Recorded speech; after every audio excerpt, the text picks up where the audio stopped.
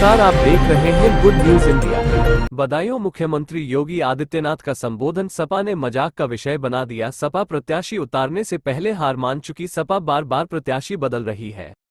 जो प्रश्न मैं आपसे करने वाला हूं वह प्रश्न वही यक्ष प्रश्न है जो कभी यक्ष ने धर्मराज युधिष्ठिर से किए थे, और उस समय उन्होंने जो प्रश्न किए थे वो तो 100 थे, लेकिन मैं केवल 10 प्रश्न पूछना चाहता हूं।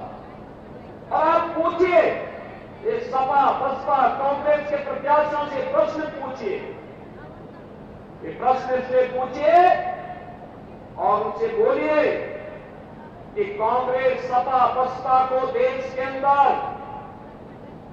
कांग्रेस को लगभग 60 से 65 वर्षों तक शासन करने का अवसर प्राप्त हुआ था।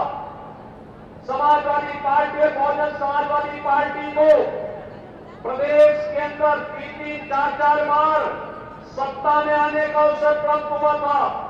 इन्होंने प्रदेश और देश के सामने क्या समस्याएं खड़ी की थी, और इसीलिए मैं आपसे पूछता हूं कि देश के सामने पहचान का संकट करने का दोषी कौन है?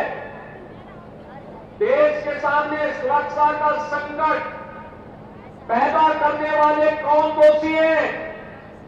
देश को विकास से वंचित करने के दोषी कौन? देश में भूखमरी से हुई मौतों का दोषी कौन?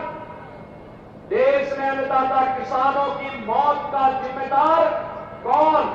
जो आत्महत्या कांग्रेस की सरकार में अन्नदाता किसान करता था, इसका दोषी कौन है?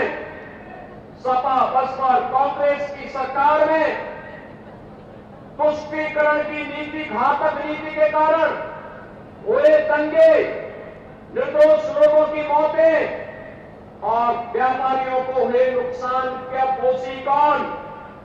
भ्रष्टाचार की भीषण समस्या के कारण भारत का विकास जो बाधित हुआ, इसका दोषी कौन?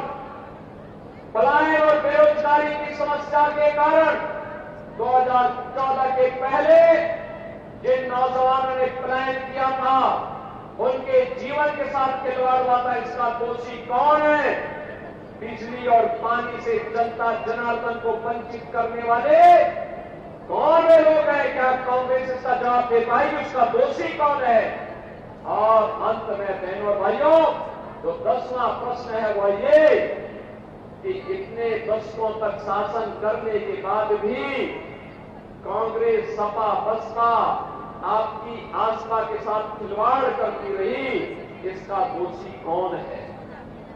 बहनों और भाइयों, ये वही कांग्रेस है, ये वही सपा है, ये वही बसपा है। जब सत्ता में आए थे तब कहते थे, कांग्रेस के लोग कहते थे राम हुए ही नहीं, समाजवादी पार्टी के लोग कहते थे कि अयोध्या में परिंदा भी पर नहीं मर सकता। आखिर आज सत्ता से वंचित हुए, अब कैसे तड़प रहे हैं लोग? जैसे बिन पानी मछली तड़पती है, क्योंकि अगर सत्ता के लोग रह नहीं सकते।